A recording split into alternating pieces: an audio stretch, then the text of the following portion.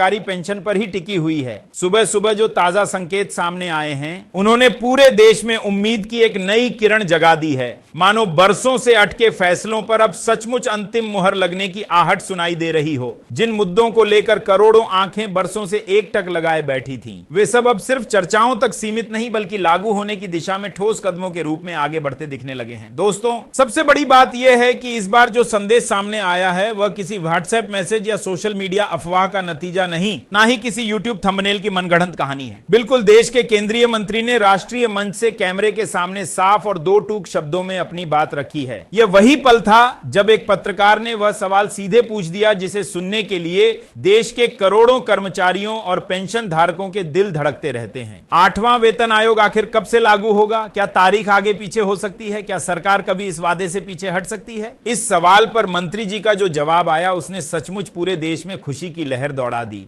बिना किसी घुमावदार भाषा के, बिना कोई बचाव की कोशिश किए उन्होंने साफ कहा, 8वां वेतन आयोग समय पर लागू होगा और उसका लाभ 1 जनवरी 2026 से ही दिया जाएगा। यानी ना तारीख बदली है, ना इसे आगे टालने की कोई योजना है और ना ही कर्मचारियों पेंशनरों को इसको लेकर किसी तरह की चिंता करने की जरूरत है। इतने लंबे समय से चल रही अनिश्चितता, तरह तरह की गलत खबरें, तरह तरह के कयास, सब पर एक ही बयान ने मानो पूर्ण विराम लगा दिया है। लेकिन दोस्तों, असली कहानी यहीं खत्म नहीं होती बल्कि यहीं से शुरू होती है। जैसे ही पत्रकार ने अगला सवाल रखा कि 8वें वेतन आयोग में अब तक कितनी प्रगति हुई है, कौन कौन से मुद्दों पर चर्चा चल रही है और कर्मचारी संगठनों, पेंशनरों की कौन कौन सी प्रमुख मांगें सरकार तक पहुंच चुकी हैं, वहीं से शुरू हुई वह लंबी सूची जिसने लाखों पेंशनरों और कर्मचारियों के दिल की धड़कनें तेज कर दी। मंत्री जी ने न केवल इन मांगों को स्वीकार किया बल्कि यह भी कहा कि इनमें से कई मांगें पूरी तरह तर्कसंगत हैं और इन पर बनी कमेटी बेहद गंभीरता से काम कर रही है। दोस्तों, इन्हीं मांगों में छुपे हैं वे 5 बड़े संकेत जो भविष्य के वेतन और पेंशन ढांचे को पूरी तरह बदल सकते हैं। सबसे पहले बात करते हैं कम्यूटेशन रिकवरी की। आज की व्यवस्था में जब कोई पेंशनर कम्यूटेशन लेता है तो उसकी पेंशन से 15 साल तक रिकवरी चलती रहती है। बहुत से बुजुर्गों के लिए यह 15 साल किसी आर्थिक बोझ से कम नहीं होते, क्योंकि उम्र बढ़ने के साथ खर्च बढ़ता जाता है और पेंशन का बड़ा हिस्सा पहले से ही काट लिया जाता है। 8वें वेतन आयोग में इस रिकवरी अवधि को घटाने पर गंभीर चर्चा चल रही है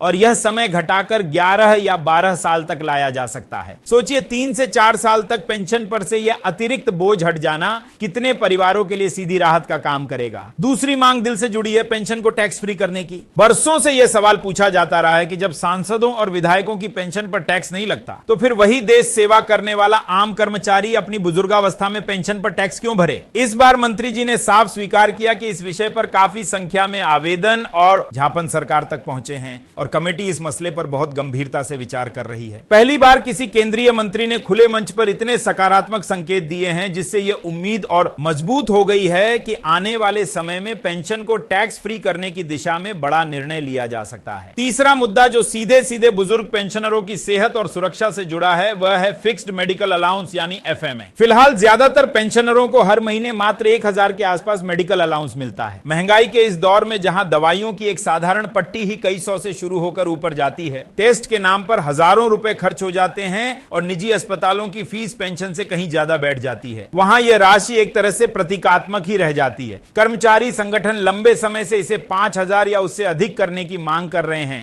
मंत्री जी ने न केवल इस मांग को तर्कसंगत माना बल्कि यह भी कहा कि कमेटी इस पर बहुत गंभीरता से विचार कर रही है। अगर FMA को सचमुच 5000 या उससे अधिक तक बढ़ा दिया जाता है तो यह पेंशनरों के लिए सिर्फ एक भत्ता नहीं बल्कि जीवन रक्षक सहायता साबित होगी। चौथी बड़ी मांग है महंगाई भत्ते यानी DA के कैलकुलेशन फार्मूले में बदलाव। छठे वेतन आयोग के समय DA 100% से ऊपर निकल गया था, जबकि 7वें वेतन आयोग के दौर में DA कभी भी 60% के आसपास से ऊपर खास चालान नहीं दिखा पाया। महंगाई जिस रफ्तार से बढ़ी DA उस हिसाब से पीछे रह गया। कर्मचारी संगठनों का मानना है कि मौजूदा फार्मूला वास्तविक महंगाई का सही प्रतिबिंब नहीं दिखा पाता। मंत्री जी ने साफ कहा कि कमेटी DA के इस फार्मूले की पूरी समीक्षा करेगी और यदि जरूरत पड़ी तो नया फार्मूला लागू किया जाएगा। इसका सीधा मतलब यह है कि आने वाले समय में DA की गति तेज हो सकती है, जिससे वेतन और पेंशन दोनों पर इसका सकारात्मक असर देखने को मिलेगा। पांचवी अहम मांग जो हर 6 महीने में होने वाले इंतजार को सीधा निशाना बनाती है, वह है डीए को साल में केवल 2 बार नहीं बल्कि 4 बार दिए जाने की। आज की व्यवस्था में जनवरी और जुलाई में डीए रिवीजन होता है,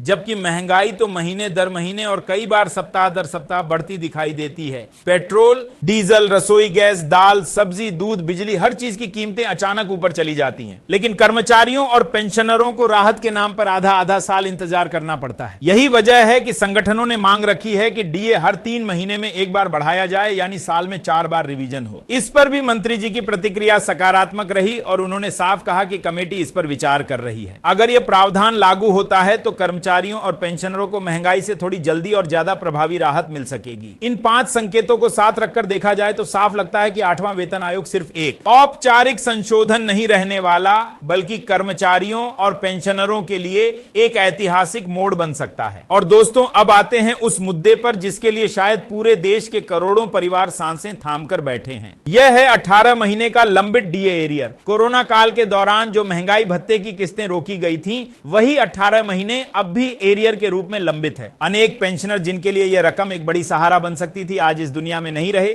लेकिन उनका हक आज भी कागजों पर बकाया दर्ज है। अब खबर यह है कि 23 नवंबर 2025 को इस 18 महीने के डीए एरियर को लेकर सुप्रीम कोर्ट में पहली सुनवाई होने जा रही है। अगर अदालत कर्मचारियों और पेंशनरों के पक्ष में फैसला देती है तो लगभग 342 करोड़ तक का एरियर जारी किया जा सकता है। ऐसे में हर कर्मचारी और पेंशनर के खाते में लाखों रुपए तक पहुंचने की संभावना बनती है। बताया जा रहा है कि वरिष्ठ वकील के तिवारी कर्मचारी संगठनों की ओर से यह केस लड़ रहे हैं और कर्मचारी समाज को पूरा भरोसा है कि न्यायालय उनके हक में खड़ा होगा, क्योंकि यह केवल रकम नहीं बल्कि न्याय और सम्मान का सवाल है। अब बात करते हैं पेंशनरों के लिए एक और बेहद अहम मसले, लाइफ सर्टिफिकेट की। पेंशन मंत्रालय ने स्पष्ट कर दिया है कि जीवन प्रमाण पत्र जमा करने की अंतिम तारीख 30 नवंबर 2025 है और इस तारीख को बढ़ाने की कोई योजना नहीं है। जो पेंशनर समय पर लाइफ सर्टिफिकेट जमा नहीं करेंगे, उनकी पेंशन रुक सकती है। यही कारण है कि मंत्रालय बार बार समय पर जीवन प्रमाण पत्र जमा कराने की अपील कर रहा है। लेकिन इसके साथ ही एक और अत्यंत महत्वपूर्ण चेतावनी भी जारी की गई है। कोई भी पेंशनर अपना ओटीपी किसी के साथ साझा ना करें। आजकल साइबर ठग खुद को बैंक अधिकारी, मंत्रालय का कर्मचारी या सरकारी एजेंसी का प्रतिनिधि बताकर फोन करते हैं और लाइफ सर्टिफिकेट अपडेट करने या पेंशन वेरिफिकेशन के नाम पर ओटीपी मांग लेते हैं। जैसे ही बुजुर्ग लोग भरोसा करके ओटीपी बता देते हैं, कुछ ही पलों में उनका बैंक खाता खाली कर दिया जाता है। इसीलिए साफ संदेश है, किसी अनजान कॉल पर भरोसा ना करें, किसी भी लिंक पर बिना सोचे समझे क्लिक ना करें और ओटीपी तो किसी हाल में किसी को ना दें। पेंशन की सुरक्षा से ज्यादा जरूरी बुजुर्गों की मेहनत की कमाई की सुरक्षा है। दोस्तों, जब इन सभी बातों को जोड़कर देखा जाए, 8वें वेतन आयोग का साफ रोड मैप, कम्यूटेशन रिकवरी में राहत के संकेत, पेंशन को टैक्स फ्री करने की संभावनाएं,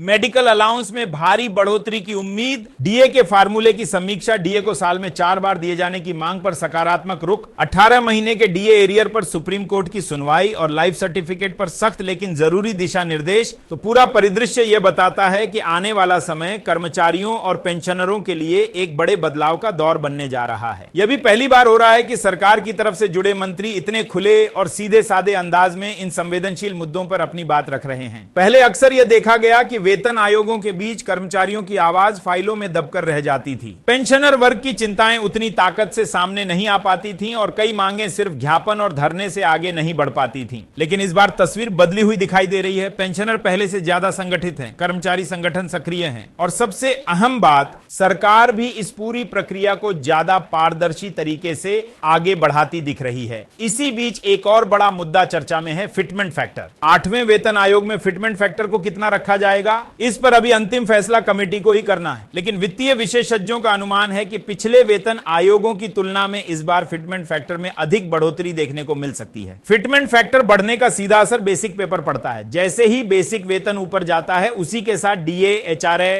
टीए और अन्य सभी भत्तों की राशि भी स्वतः बढ़ जाती है। यही वजह है कि कर्मचारी समाज के बीच फिटमेंट फैक्टर को लेकर अलग ही स्तर का उत्साह और उत्सुकता देखी जा रही है। मूल सवाल पर वापस लौटें तो बात केवल वेतन, एरियर या भत्तों की नहीं है। जब पेंशनरों की चर्चा होती है तो सबसे बड़ा मुद्दा होता है जीवन के उत्तरार्ध में सुरक्षा, सम्मान और मानसिक शांति के साथ जीने का अधिकार। बढ़ती उम्र के साथ स्वास्थ्य पर होने वाला खर्च कई गुना बढ़ जाता है और यही वजह है कि मेडिकल अलाउंस बढ़ाने की मांग इतनी अहम बन चुकी है। है। आज के दौर में जहां किसी सामान्य बीमारी की जांच से लेकर दवाई और अस्पताल के बेड तक की लागत आसमान छू चुकी है, वहां केवल 1000 का मेडिकल अलाउंस व्यावहारिकता की कसौटी पर बेहद कमजोर साबित होता है। अगर यह राशि बढ़ाकर 5000 या उससे अधिक कर दी जाती है तो यह वास्तव में बुजुर्गों को मेडिकल आपदाओं से बचाने वाली एक मजबूत ढाल की तरह काम करेगी। इसी तरह डीए के फार्मूले की समीक्षा का संकेत भी बेहद राहत भरा माना जा रहा है। दोस्तों,